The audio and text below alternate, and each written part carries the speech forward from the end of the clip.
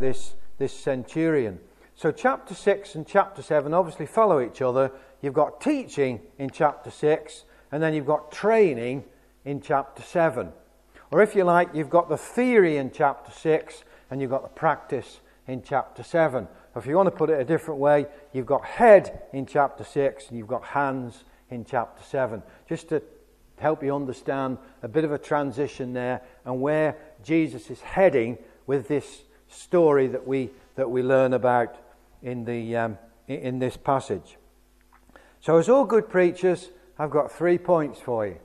First of all, the centurion's request, and then secondly, the centurion's respect, and then thirdly, Jesus' response. So that's where we're headed tonight, and that's where we hope to get to. I've got quite a lot of material tonight, and please, if there's anything you don't understand, you can come to me afterwards and ask, or if you'd rather stick your hand up and ask now, that's absolutely fine. I won't mind one bit. You won't mess my train of thought up or anything like that. But please, we're talking a lot about faith tonight, other things as well. But basically, the sermon is about faith, and there's a lot of misunderstanding about faith these days, and so. If you feel there's something you don't understand or you want to know more about, if I can answer your question, I won't. If I can't answer your question, I'll hand you over to Jonathan and he can answer it when he gets back. So there we go. So first of all, the centurion's request. First of all, we meet the centurion. We need to talk about this centurion. He was a Roman officer, obviously in the Roman Guard. He was probably in charge of 100 men, hence the word cent in Latin sang, or in French sang, and so it's 100. So he's probably in charge of 100 men, and he was hated by the Jews. The Jews hated centurions. The Jews hated the Romans. They were the occupying force at the time, and so anything to do with the Romans, the Jews were suspicious of. Any government official they were suspicious of. Where we live on the Earlsfield estate in Grantham, it's a bit like that with any government officials. They don't like them. Anybody walking with a clipboard and a tie, they're out. You don't listen, you don't talk to them, you don't tell them anything.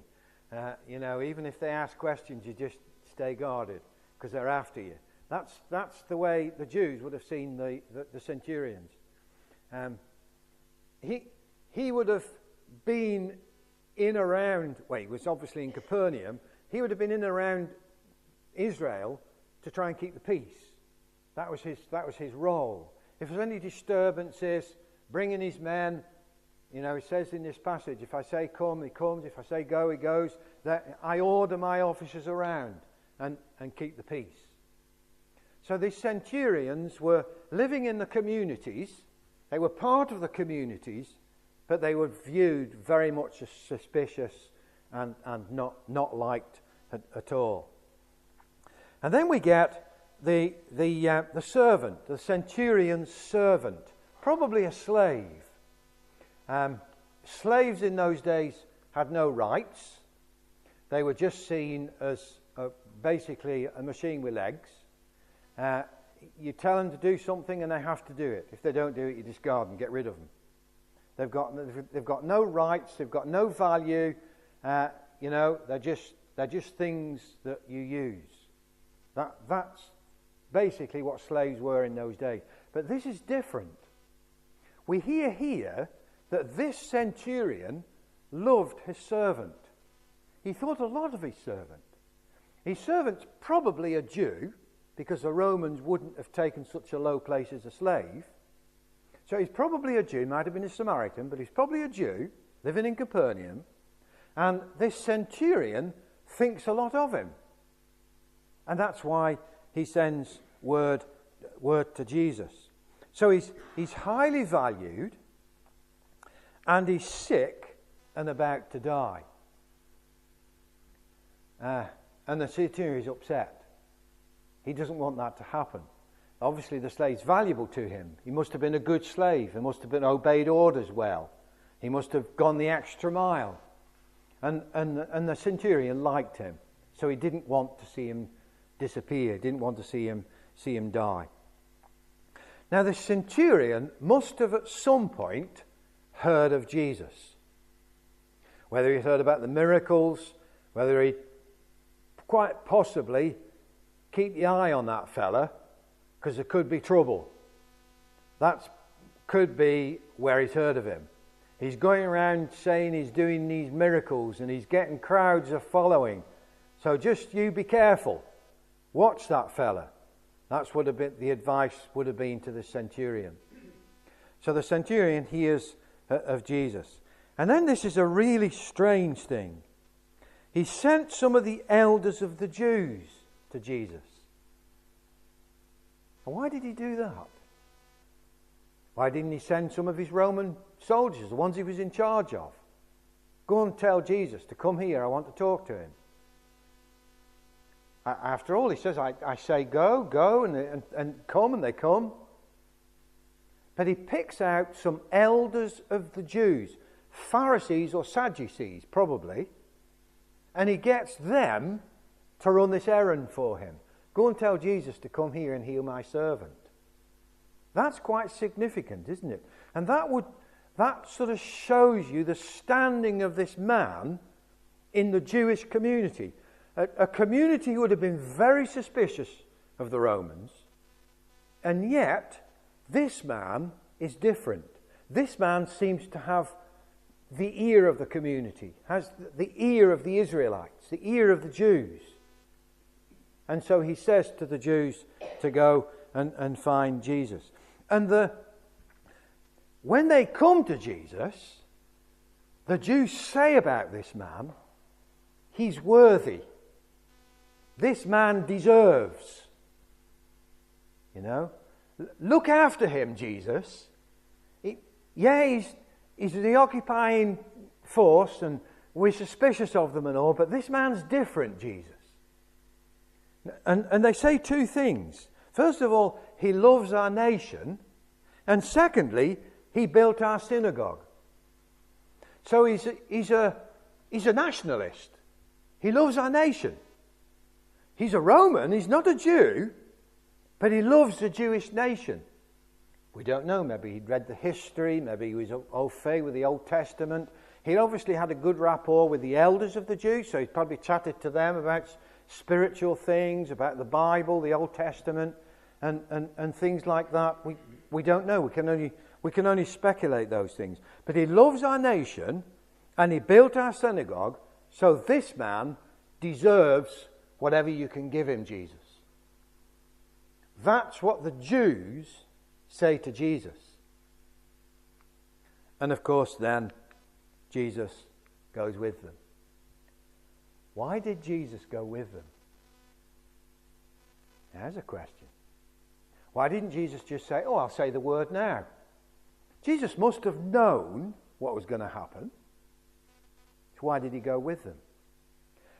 I think he probably went with them because, remember, he's been teaching, now he's going to show.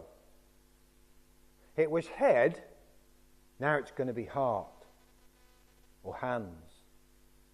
And so he's thinking to himself, okay, here's an opportunity I can teach the disciples something. Here's an opportunity where I can bring glory to God. So I'm going to follow these men. I'm going to go to this centurion's house. So off he goes to the centurion's house. So we see the centurion's request. The second thing is we see the centurion's respect. Now my first point was very short.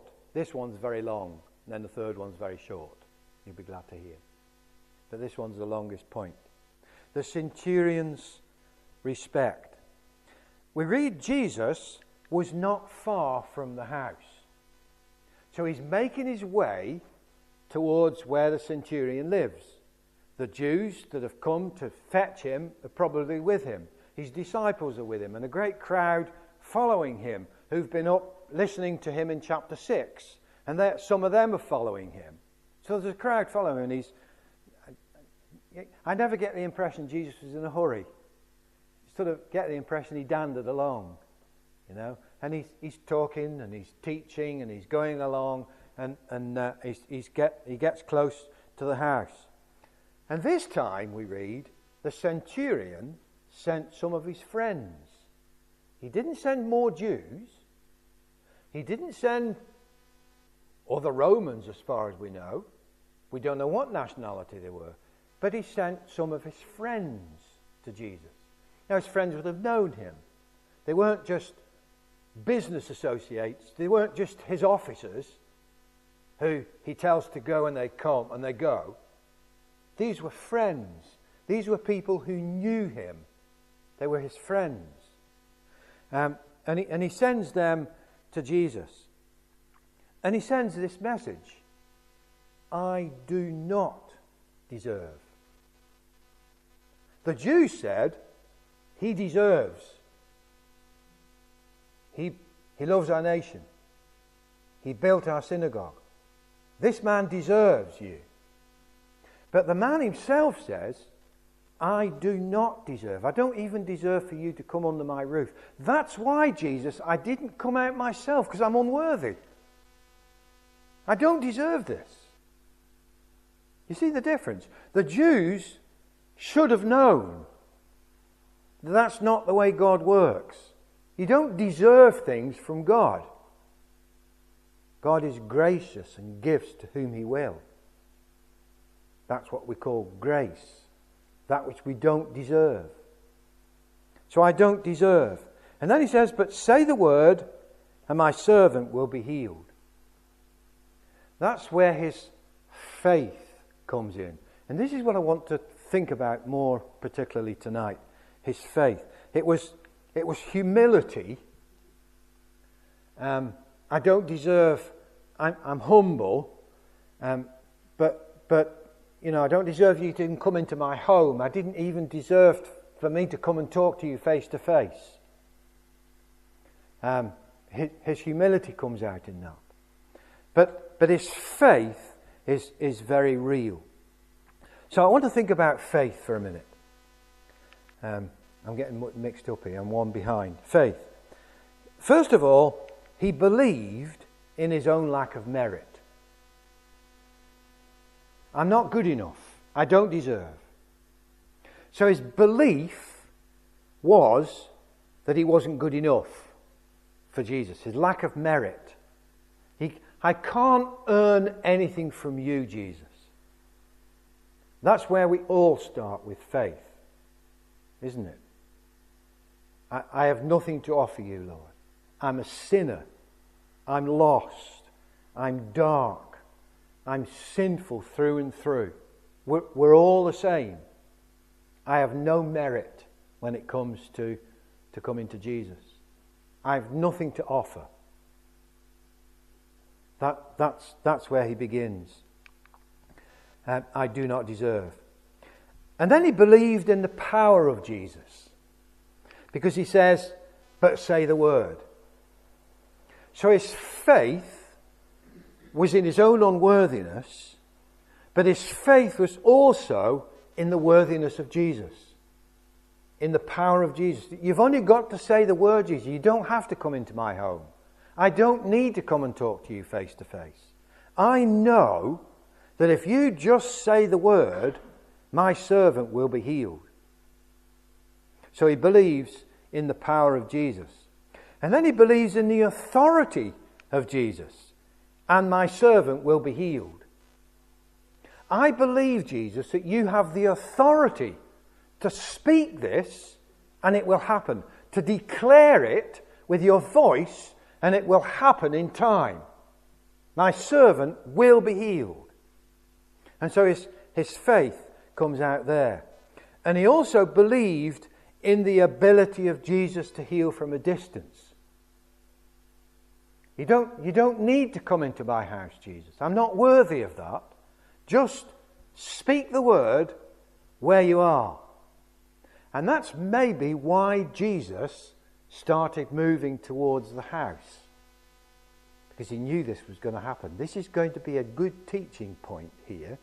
I can show my people, the disciples, how all this works. And so he believed in the ability of Jesus to heal from a distance. Now, here's some general things about faith. First of all, everyone has faith. Yeah? Everyone. You included, me included. Whenever I'm witnessing to people, I've often heard people say, I wish I had your faith. Maybe you've had that say to you. What do they mean by that? They've no idea really what faith is. They think faith is some sort of religion, don't they? They talk about, the faiths. So Islam is a faith. Hinduism is a faith. Christianity is a faith. I wish I had your faith. That doesn't mean anything. That's false faith. That's not biblical faith. But everyone has faith. Here's a few things that people have faith in. Science. We thought this morning a bit about COVID, didn't we? Let the science take its course, wasn't it? Or what was the saying in COVID? Believe in the science, or whatever it was. I can't remember anyway. That was the uppermost thing. Science was the important thing, wasn't it? Faith in science, and people have a lot of faith in science, medical technology, and the way forward is to have faith in science. Science is the saviour of the day. My God is science, people would say. They wouldn't perhaps say it like that, but that's really what they mean. Self. Wow. That's a big one today, isn't it? Push yourself forward. Tread on anybody's toes as long as you get to the top. That's what our kids are taught these days. Look after number one. Self is the important thing. Yourself, you can do anything you want to. Anything. Just dream big. Go for it. The God of self, faith in self. Then there's politics. Wow. There's less and less of these people these days, isn't there? I mean, how is that ever going to help us? But there are some people, perhaps the politicians themselves, who think that, politics is the answer. Have faith in politics. We'll go over that one.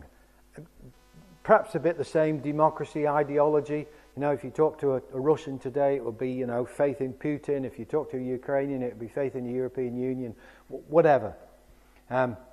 Whatever ideology, whatever, right wing, left wing, centre party, all that stuff, it's all faith in some sort of democracy or in some sort of ideology. Religion. People have faith in religion. People, 40 years ago were saying, give it another 20 years, religion will have died out with science and all the rest of it. It hasn't, does it? It's as strong as ever. In every corner of the world, people have their faith firmly put in a religion. If I follow this religion, I'll be okay. If I follow this religion, that will lead me to God. And they're disappointed. And they're misled. Their faith isn't founded on truth, on facts. And then there's education. Don't politicians. Education, education, education. You give people a better education and you'll get better people. We'll eradicate poverty. We'll eradicate injustice. Just give them better education. Well, I don't know if you're a teacher or not, whether we've got any here, but we've probably got one of the best educational systems in the world. And we've still got poverty. And we've still got injustice. And we've still got needs like every other nation. Education, it's good, but let's not put our faith in it. And then there's being nice. You talk to most people about Christianity, they say, well, I'm a nice person. I don't need anybody any harm. And it's that being nice, that's where they put their faith. Well, if you put the good on one side of the balance and the bad on the other side of the balance, I think maybe the good I do will outdo the bad I do. That's the mentality. So there's this being nice. Social standing. what you do in the community, what you do for your neighbours, what clubs you're in, what your social networking is. That's important, particularly among the rich. That's a very important thing. Social networking, they call it. Upward movement. There's another word for it, isn't there? Social standing. Money. Things. Get rich. Once you're rich, you've got it made, mate. Just get rich. Work hard. Make money. Buy things. Have a nice house. Nothing wrong with those things. But if you put your faith in those things, they become gods. Relationships. This one we see all the time on the estate. They go from one relationship to the next. And their faith is, in the next man. They come in the cafe in the mornings and who's gone out with who over the weekend and all the rest of it, and who swapped partners with swapped partners, and that's their thinking, and all their thinking is in relationships and relationship breakups, and that's massive today, right across our country. It's not council estates; it's everywhere. Relationships. Now here's one: artificial intelligence. That's the up-and-coming thing, isn't it? That's going to be our saviour. That's going to save the NHS. We'll just plug it into the computer and it'll tell us exactly what's wrong with us. And we'll be able to treat it. Now, there's a lot of good in artificial intelligence, I'm sure. There's a lot of bad in it too. I don't know how many of you have come across John Lennox. John Lennox is a fella from Northern Ireland. He's a mathematician. But he's all over YouTube. Just put his name in YouTube and you'll see it. He's big on this. He's done a lot of studying on this. He talks about, how we used to have humanism, where the human spirit, the human achievement will make the world better. Now we've got transhumanism. And that comes through AI. So they say the world's evolved from some pondweed somewhere, and it came out a big bang, and there was pondweed, and then it grew and it developed and it got legs and it got eyes, and we ended up with humans somehow. That's basically what evolution says. I know that's simplistic, but that's basically what it says. So now humans, this is what they say, humans are going to take evolution into their own hands, and we're going to go on to the next stage of the evolutionary process. Transhumanism is the interim stage between humans and the machine, basically.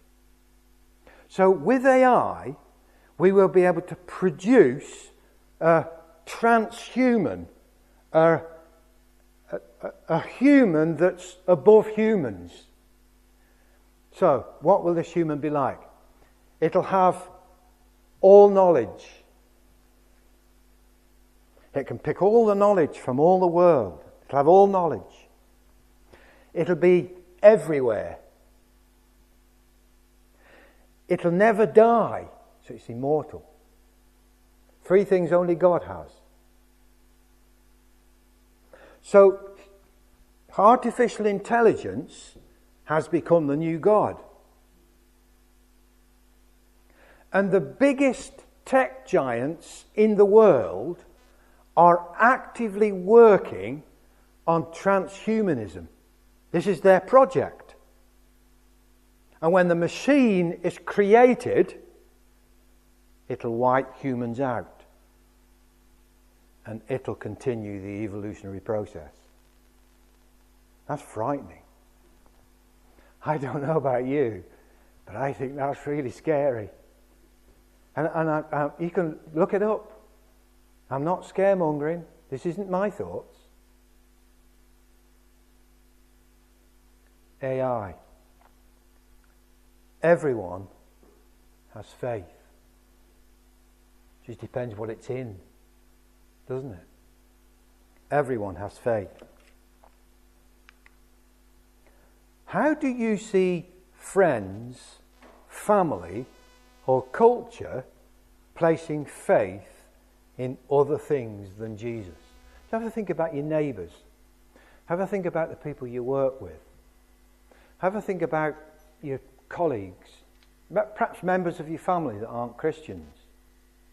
What is it that they put their faith in to get them through life, but perhaps more importantly, get them through death? What is it they're holding on to? How do they see the future working out? Just have a think about that for a minute.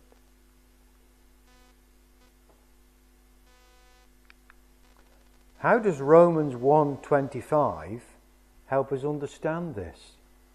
They exchanged the truth about God for a lie and worshipped and served created things rather than the Creator. They replace God with science, self, politics, democracy, and the rest of them. They would rather believe in a lie than they would the truth about God. That's where we're at today, isn't it? That verse is so up to date. If you ask somebody, why should you be let into heaven? And whatever they come out with, that's what they believe in. Well, I believe I'm good enough, so it's self. Well, I believe my religion will take me to heaven. That's religion.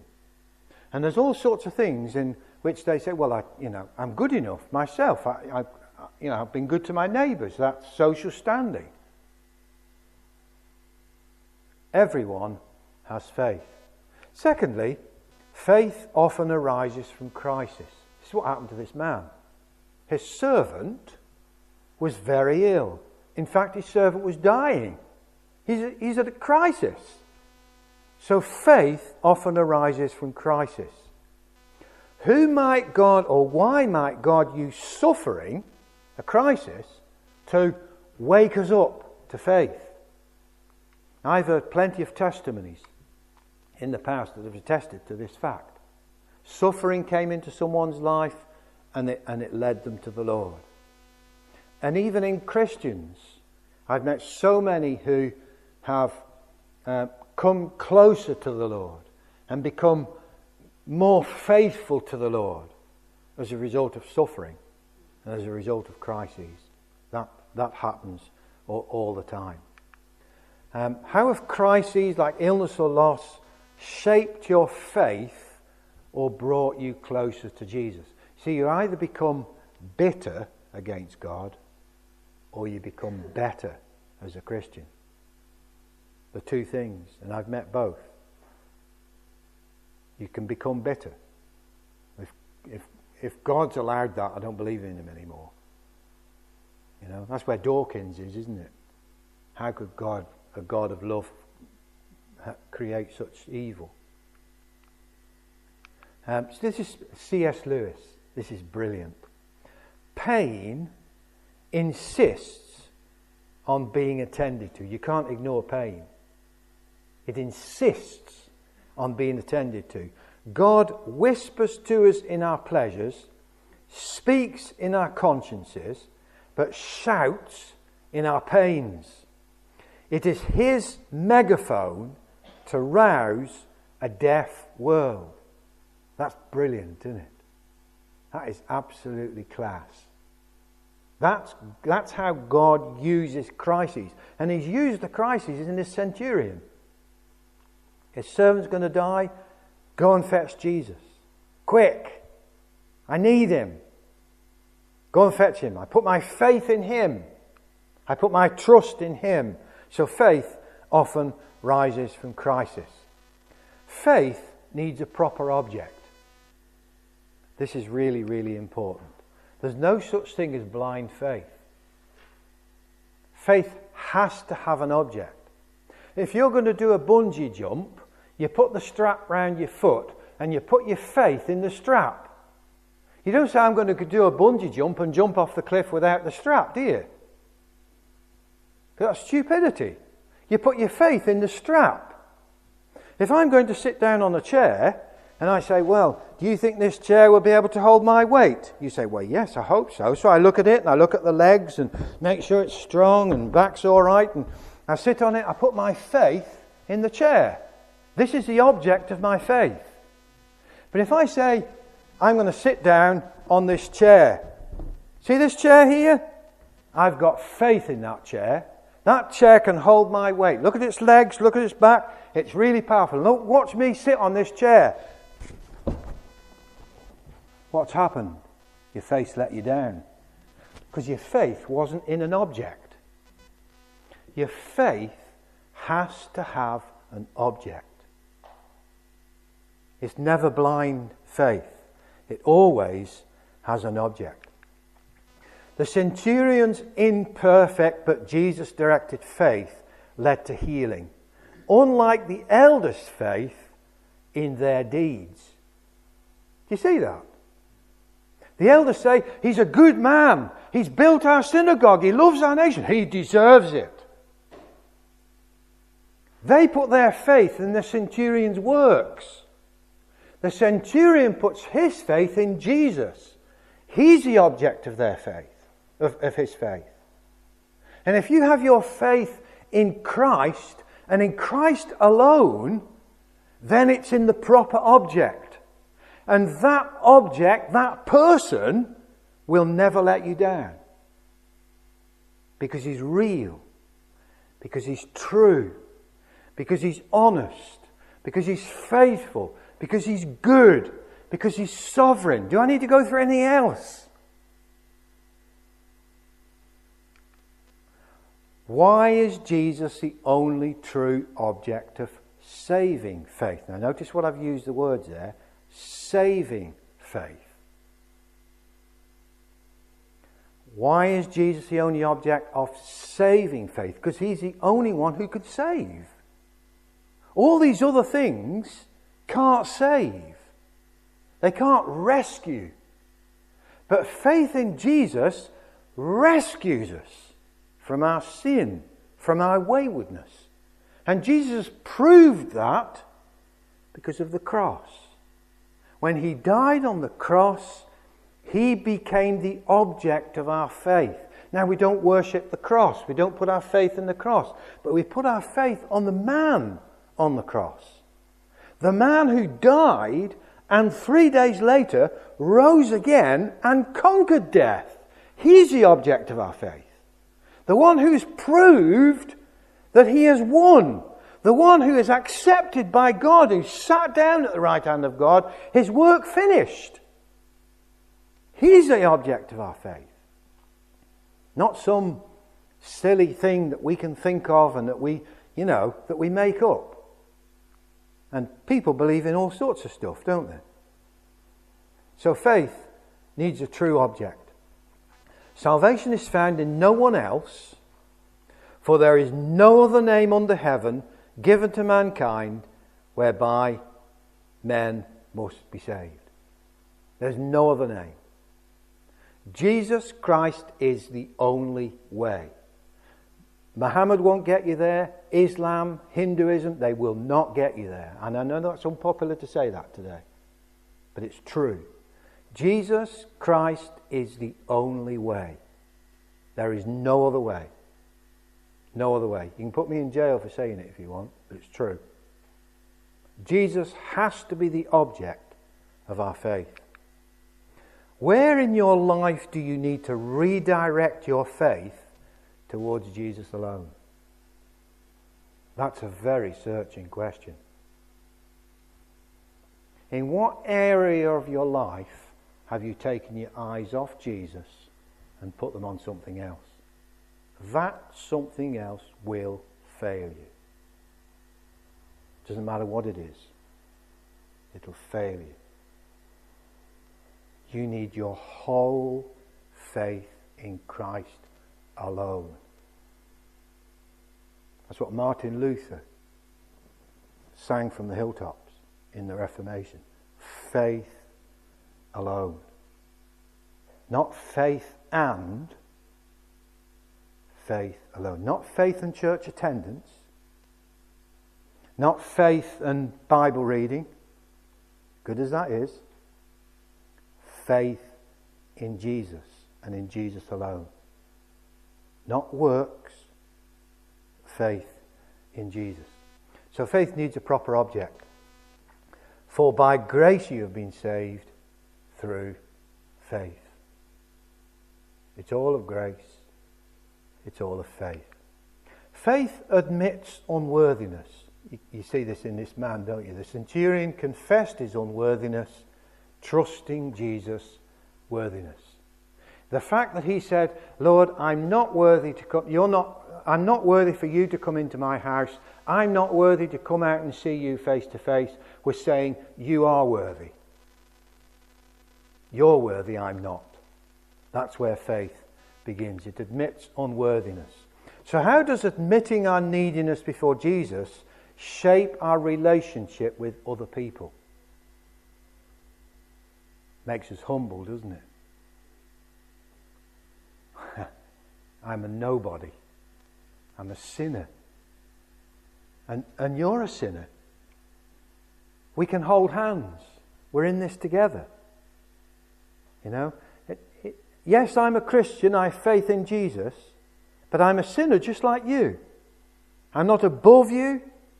Do you know, it's quite possible for people who live in the world, good people who live in the world, to outstrip a Christian in morality. That's frightening, isn't it? Frightening. So we don't look down on people. I'm a Christian, you're not. Jesus has saved me, he hasn't saved you. No, we can't do that. Our faith admits unworthiness. If we come to Jesus in any other way but our unworthiness, in our sinfulness, he doesn't accept us. It's just like saying, I've built a synagogue. You know? I put the new kitchen in Baptist church. Don't worry, I don't know who it was, so. You know? I helped put the new toilets in, as nice as they are. You don't get brownie points with Jesus. We come unworthy. We come just like our neighbours need to come.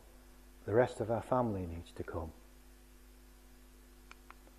How does this reflect the gospel? Well, of course, the gospel is for everyone, isn't it?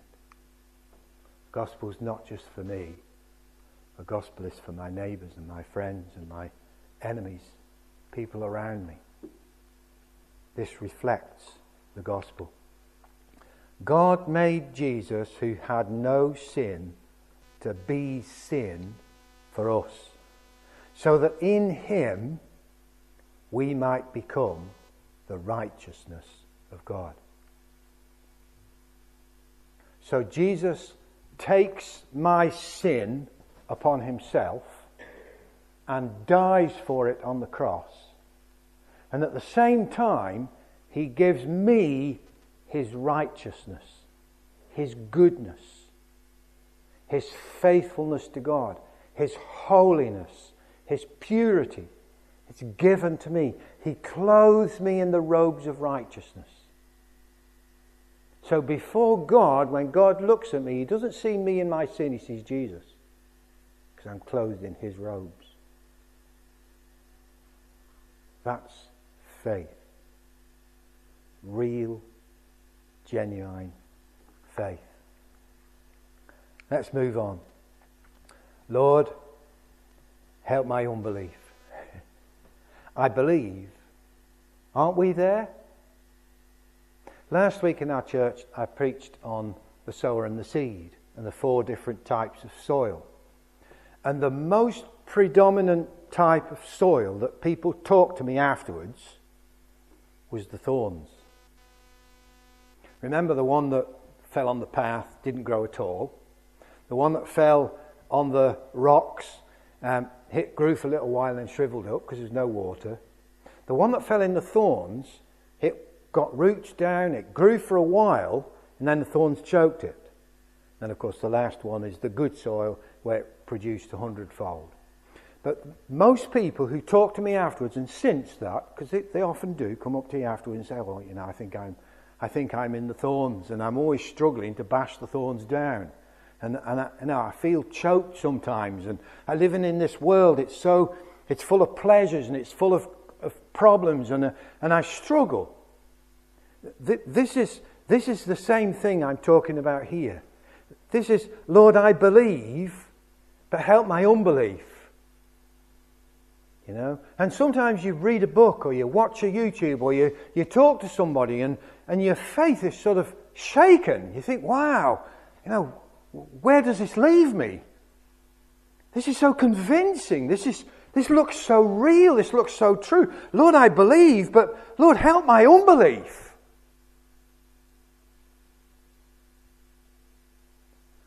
Doubts. We can have faith and struggle with doubt at the same time. That's what that verse is saying. Lord, I believe, help my unbelief. I believe you, Lord, but I've just got this little bit of unbelief. Help me with it, Lord. So there's faith. Yes, I've got faith in Jesus. I know I'm saved. I know I'm going to heaven. But there's just this little bit, well, I wonder about this or I wonder about that. And the weeds start growing up. The thorns and the thistles. They start choking out your faith.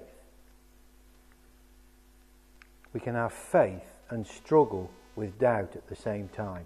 In other words, doubt your doubts, not your faith. Never doubt your faith, but doubt your doubts. If I've got a doubt about something, I'm going to doubt that doubt. Does that make sense?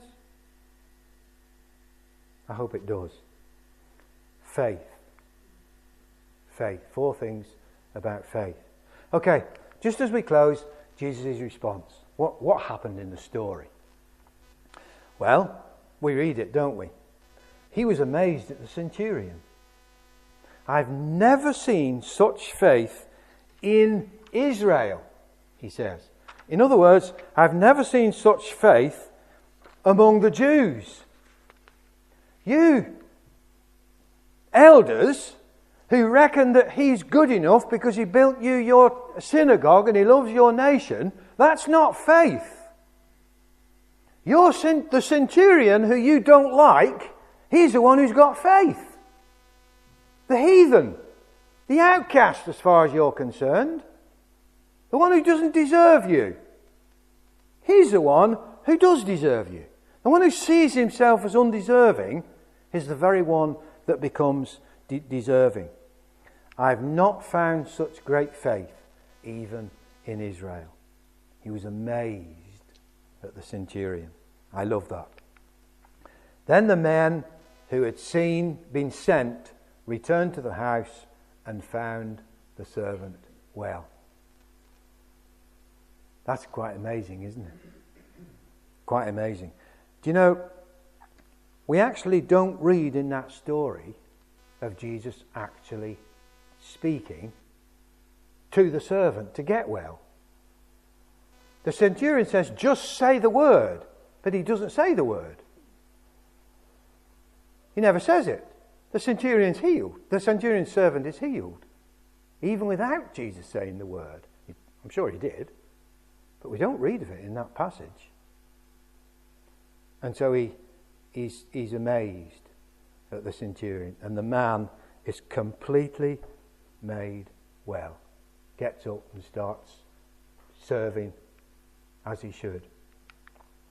Jesus will respond to your genuine faith in him.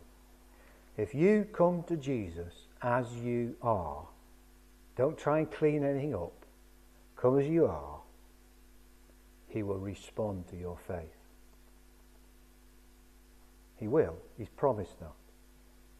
He will respond to your faith. Don't doubt him. He will respond trust Him. Trust Him alone. Faith. Hope that's been helpful tonight. Hope you found it challenging perhaps. Made you think perhaps. Again, as I said earlier on, if you've got any questions, please come and ask me. Obviously I've had time to think about these things in preparation. I sort of throw it out there, and sometimes the preacher doesn't really know where it's landed. But if it's landed well, that's good.